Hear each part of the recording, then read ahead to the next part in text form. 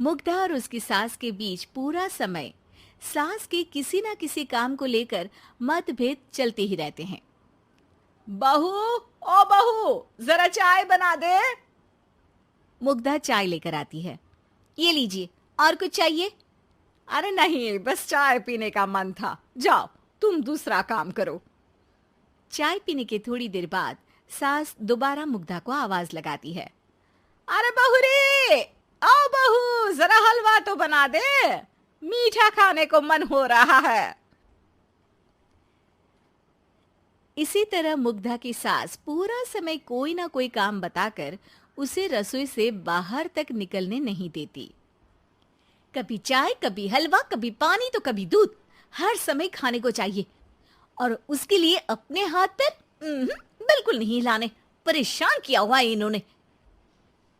सास की जबरदस्ती परेशान करने की आदतों से दुखी मुग्धा एक शाम सचिन के साथ अपने कमरे में बैठी हुई बात कर रही होती है। सुनो जी, मम्मी जी की ये जानबूझकर मुझे परेशान करने की फरमाइशों से मैं बहुत फ्रस्ट्रेट हो चुकी हूँ। पूरे दिन में एक सेकंड का आराम नहीं मिलता। रसोई से बाहर कदम रखती नहीं कि बहू ये बना दे, बहुरी वो बना दे। अरे इनकी फरमाइशें चलती ही रहती है।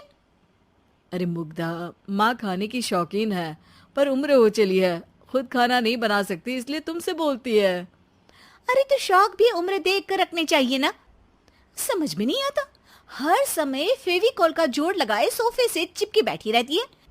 इतना सब डाइजेस्ट कैसे हो जाता है उन्हें? अरे तुम मेरी माँ से इतनी नफरत कैसे कर सकती हो?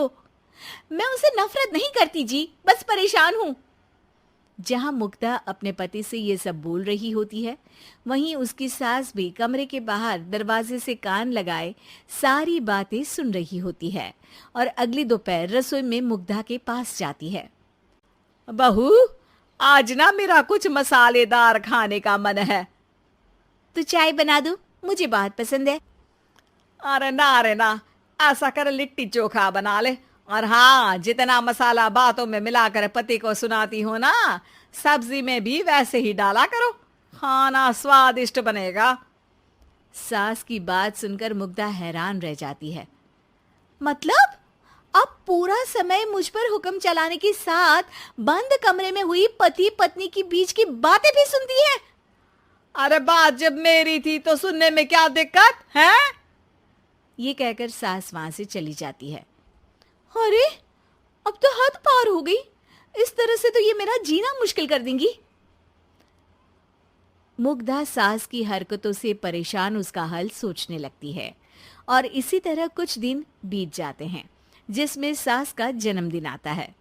मुग्धा बहुत खुशी के साथ अपनी सास को एंड्रॉयड मोबाइल गिफ्ट करती है।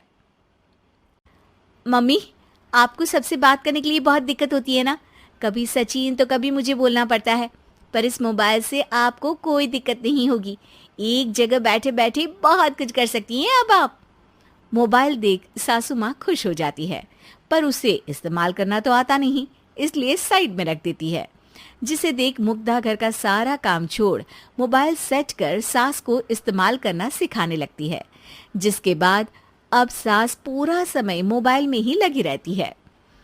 हाय, जब से मम्मी को मोबाइल मिला है मेरी लाइफ में कितनी शांति आई है। अच्छा है, इसी तरह बिजी रहे तो मैं भी सुकून की जिंदगी जी पाऊंगी। अब मुग्धा जब मन करे काम करना, जैसा चाहे वैसा खाना बनाकर खाना, पूरा समय रिलैक्स और खुश रहने लगती है। क्या बात है, आजकल तुम बहुत चहक रही हो। अरे मम्मी जी से छुटकारा जो मिला है, अब ना फरमाइशें ना छुप छुप कर बातें सुनना। अच्छा, तो मोबाइल गिफ्ट करने की ये स्कीम थी। इसी तरह दिन बीतते हैं और अब मोबाइल पर लगी सास फरमाइशों की जगह सवालों के लिए बहू को आवाजें लगाना शुरू कर देती है। अरे बहू सुन तो, देख जरा किसी का फोन क्यों नहीं मिल रहा? रिचार्ज खत्म हो गया है, पर अभी 4 दिन पहले ही तो मैंने किया था। इतनी जल्दी कैसे खत्म हो गया? अरे मैंने कल तेरी कनाडा वाली मौसी सास से 3 घंटे बात की थी ना। क्या? इतना महंगा तो मोबाइल भी नहीं आया जितना महंगा इसका रिचार्ज पड़ रहा है। इसके बाद तो जैसे मुग्धा के दिन के 24 घंटे में से 20 घंटे सास के पास उनके मोबाइल रिलेटेड प्रॉब्लम सॉल्व करने की ड्यूटी ही बन जाती है। अरे मुग्धा, ये मोबाइल में अचानक तेरी मौसी सास की शक्ल क्यों दिखने लगी? और ये तो हिल भी रही है। मम्मी, ये गूगल डुओ का वीडियो कॉल है। इसमें आप बात करने के साथ एक दूसरे की शक्ल भी देख सकती हो। अच्छा, ये तूने मुझे पहले क्यों नहीं बताया? अब बताने के लिए पहले नहीं बताया। इसी बीच सचिन भी वहां आ जाता है और सास अपनी वीडियो कॉल में बिजी हो जाती है। क्यों, सास बहू में क्या गपशप चल रही है? इसे गपशप नहीं, दिमाग का दही होना बोलते हैं। पर तुम तो मम्मी को मोबाइल देकर बहुत खुश थी, फिर क्या हुआ? हाँ, उसका सुकून भी कुछ ही दिन मिला। अब घर के टंटे खत्म हुए तो मोबाइल की टिंग टिंग शुरू हो गई।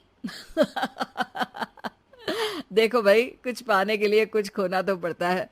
आखिर तुमने मोबाइल अपने फायदे के लिए ही तो दिया है, तो फिर सवालों के जवाब भी देने पड़ेंगे, क्योंकि जब तक उनके हाथ में ये फुंथरू रहेगा, तुम्हारी लाइफ में प्राइवेसी और सुकून रहेंगे। कहने का मतलब है अगर इससे प्यार बढ़े तो दाग अच्छे हैं। अरे मुझे पहले दिन से ही पता है मोबाइल किस मकसद से दिया गया है। भूलो मत, इससे पहले मैं बातें ही सुनती थी। सास की ये बात सुनकर मुग्धा शॉक में और सचिन हंसता रह जाता है।